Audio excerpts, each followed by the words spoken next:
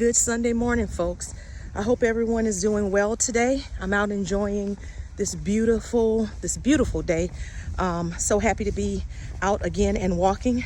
Many of you know I had that dreadful sewing needle removed from my toe a little more than a week ago. So baby steps before I can, resume full-fledged activity.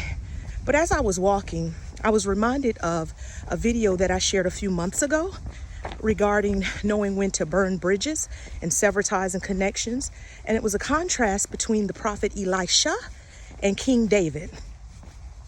And what dropped in my spirit today was a message around the danger of turning back when God has called you to something new.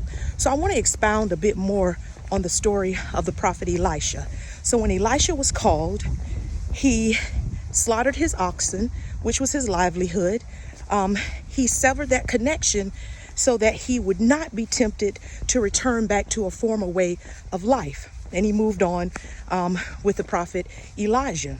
But here's what I've discovered: the danger of turning back when God has called us to something new.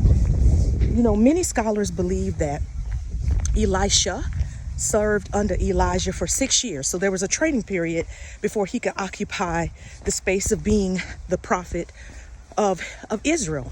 And so when we are called to that new thing with God, we may have severed that connection. We may have burned that bridge, but now we find ourselves in a training period.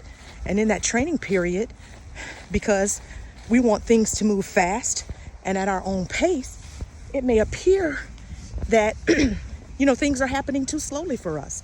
And so there's a danger of wanting to return back to what you had already built, what you had already created, what made you feel comfortable, because in this new place of preparation and training, you feel uncomfortable and you might not be in full control. It's the danger of Israel, right?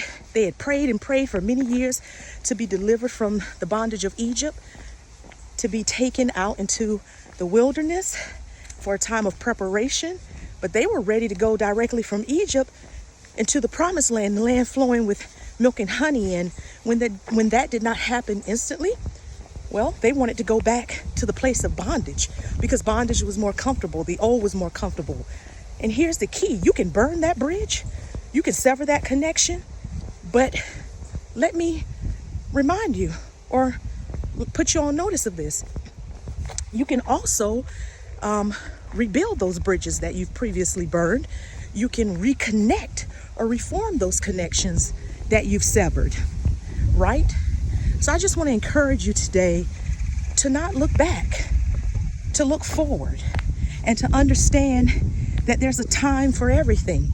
There's a season of preparation. And if God has called you to that new thing, He's certainly going to lead you through to completion of that new thing, that perfect work that He began in you, that He will bring to completion. So don't turn back.